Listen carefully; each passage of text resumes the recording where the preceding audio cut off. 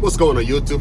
This your boy here from Africa, man. Today, January 31st, I'm here in Iowa, guys. You're not gonna believe it. My last video, what I was repairing my lift gate, that was in Detroit, Michigan. I was able to drop off that load and picked up another load, took it to Chicago. I drop all in Chicago and I pick up a load on Friday, and I brought 50 miles from this location. I think this is Sioux City, Iowa. It's kind of like between South Dakota and Iowa. I drop it off there and I pick up a partial load back to Chicago. I drop it off Tuesday, right? And then yesterday I pick up a load back here in Iowa. So today is Wednesday. You know, for some reason yesterday the lobo was pretty dry for some reason. I don't know why, but so the thing is, you know, in this business, like I said, you have to speak to shipper and receiver politely. You need to make them understand there are certain things that you can do and there are certain things that you cannot do. Not because you pulled over a truck, it means that it's your responsibility to get the load off the truck. You know, if we don't get paid to do that, we don't touch it. You know what I'm saying? If you guys saw that liftgate video in Michigan, Detroit, Michigan, the broker paid over $3.60 a mile. The reason to that is that he needed driver assist. All right, so it means that it was my responsibility to offload the truck for the fact that the receiver didn't have a dock, right? But other than that, if we don't get paid, we don't touch it. You know, I released a video a while ago where I was dropping off windows and doors and stuff like that. And those people were expecting me to step in and help them.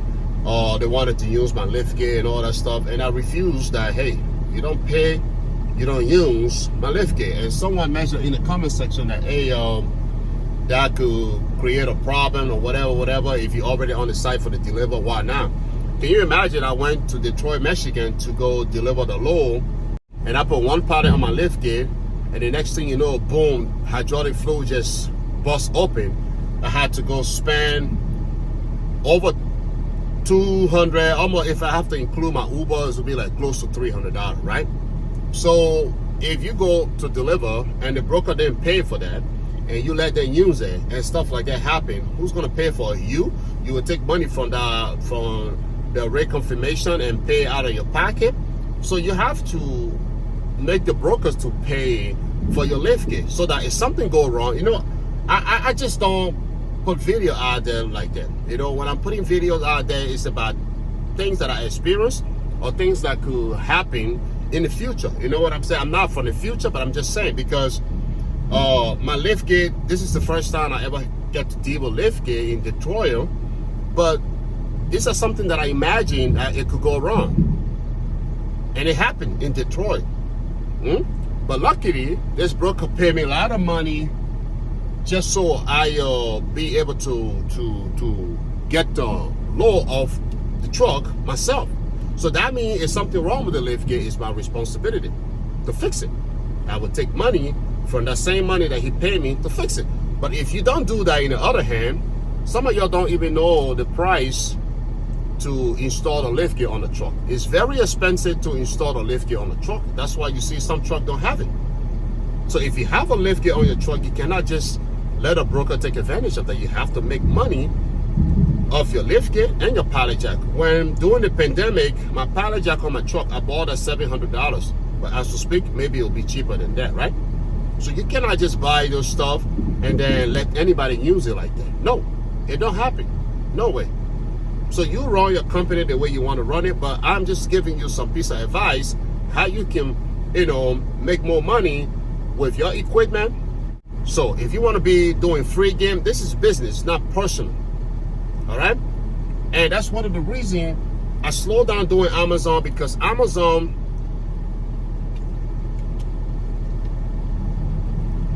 you know, in this business, brokers, they try to defend the shipper and the receiver. It's the same thing like Amazon. Amazon will take action against you, but they will never take action against the post office or any of their customers, right? So I used to do Amazon. I still got my Amazon account, whatever. But when you go at the post office to deliver, our responsibility is to back in, open the door, remove the pallet, drop it at the front porch. That's it with Amazon. That's it. We're not allowed to go inside that building, because while going inside the building, if you maybe you hit something, that the computer or something expensive, and you break it, for the fact that you are a company, they will make you pay for that. So for insurance and liability reason, we shouldn't even go in that building. But sometimes we do that because we don't want to create chaos. We want to just be friendly when we go places. But it turns out there are a couple of people that are always trying to make us look dirty as a driver. When we come in, oh, bring it in here, put it there, put it there, put it there. And when you make them understand that, hey man, especially some of these women, right? I got nothing against women. You know, they don't understand that as a man, I got a wife and 4 daughters home. Sometimes we just want to help. We just don't want to stand there and watch women doing stuff. You should be good. Okay, thank you very much. Thank you.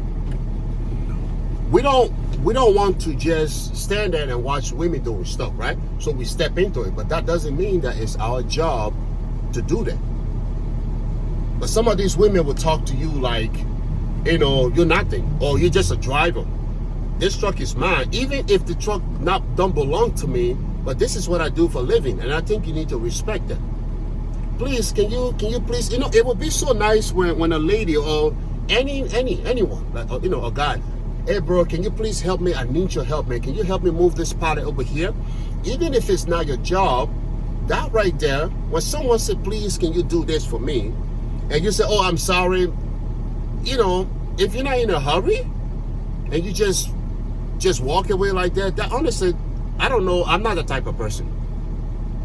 If you make me feel like I mean something, I would definitely give you my entire time. I would do whatever I have to do for you. But I feel like some of these people at the post office, you can see that they're screaming, oh, don't put it there. Move it here. Do it here. And then sometimes Amazon don't tell them that, hey, the carriers, it's not their responsibility to do that. But Amazon don't tell those people. It's always turned out to be a fight.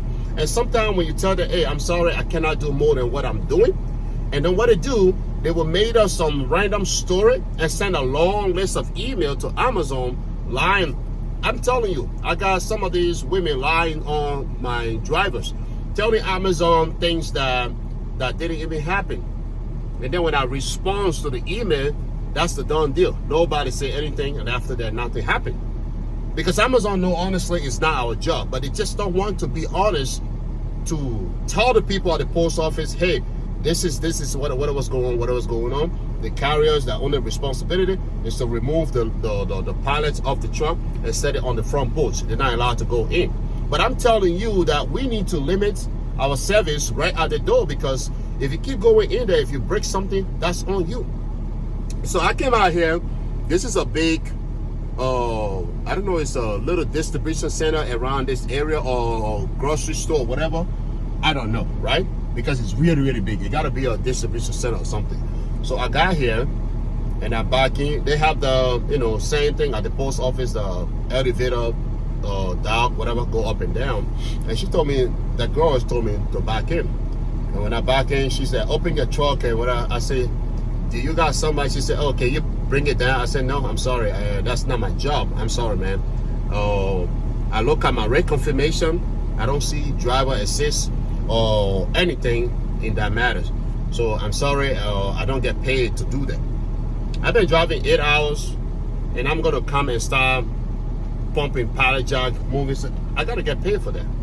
If I don't get paid for that, I'm not doing it. That's one of the main reasons I slowed down on Amazon, because there was too many drama. You know, like you find yourself arguing with people, trying to tell them it's not your job to go more than this. You know. And especially when you have like two, three drop off, and somebody want you to drag the pallet from the front porch all the way inside. and then telling you put one here, put one here, put one here. But in the meantime, you're on the clock. And if you get late, Amazon will hold that against you. So I'm encouraging you guys to tell those people, hey, I'm on the clock.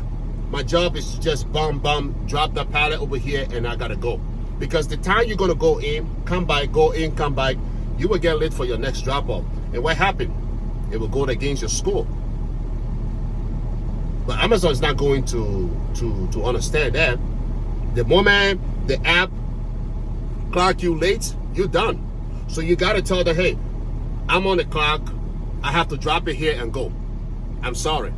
If any problem, call Amazon and let them know. Like I said, sometimes they send Amazon a long list of false email and telling them things that didn't even happen because they don't like the type of person are you or whatever, or maybe something. Because maybe they feel like whatever they say, Amazon gonna back them up. But when they send an email, come from DDU or whatever, and when I reply to them, I don't hear from anybody anymore. That's a done deal. All right. Now these days, Amazon is putting like 4, 5, 6 stops on one truck. Before you used to get 1, 2 stops, but now it's like they want everything that go in that direction or maybe whatever around you to go to one truck. And you're not going to be taking a pallet inside, coming out, going in, coming out all day long. No. So when I told this girl, I say, I'm sorry, I can't do it. It's not my job to do it. You know, she got really mad. Well, you got this parking lot load up with a bunch of cars. I'm pretty sure it's not all women. There's guys out there. Tell your manager, why is he have you as a lady in charge of offloading a truck? Now, he's not doing his job. He needs to put the mail out there. Someone stronger to offload a truck. And don't get mad at me. I'm just doing my job. I drove all night, and the broker said 8 o'clock. I got here 7:40. I'm on time. That's all matters to me. So she's mad, whatever, that's not my problem. So I'm just telling you guys in this business what could go wrong with shippers and brokers. And no matter what could go wrong here, sometimes brokers understand that, but they're not going to, you know, reason with you. They will reason with the shipper or the receiver. But I just want to let you guys know, man, you guys want to be polite no matter what it is. Do not go harassing anybody or insult anybody or talk. No. They got camera that recording and things like that. Just be polite. Say, I'm sorry, it's not my job. I'm on schedule. All right? Just think about the post office truck. Those guys that have the contract with the post office. Let's say you and I, you know, post office requirements. Some post office requirement is 4 years. You got to be 4 years in the business in order for them to give you a contract. So some of those guys that have this contract, what do? They back in, and sometimes when they come, they meet you at the dock. They want you to move for some reason. Come on, man. You're not like a government employee. You're just someone like me that got the contract through the post office. So why you think that you have the right that I need to move my truck so you can put? So it means that they take their schedule seriously than us who doing Amazon. I'm telling you, they want you to release the dock so they can offload that truck and be on time. In the meantime, you're going to get late because you're going to move, wait for him. If you don't want chaos, wait for him. And then someone in there will tell you, put the pallet here, put the pallet here. And all of that you have to manage within 15 minutes or whatever. Otherwise, you're going to be late. So if those guys can come in and back in, remove those baskets and just set it right on the front porch. They don't take it inside though. I never see those guys taking the basket inside. They leave it right there. So why is it they are leaving the basket right there, and you and I, somebody going to come screaming and yelling at us to take it inside? That's not fair. I think Amazon needs to address that, and that's one of the reasons I slow down, because especially the bad weather like this, some of those small country roads, they are pretty bad. So I just want to stick on the interstate, keep driving, drop it off, back in, whatever. When the weather is getting good, I do Amazon. If the weather is bad, I slow down on Amazon. You know what I'm saying? But this is your boy from Africa. I will see you guys in the next video. Peace and love.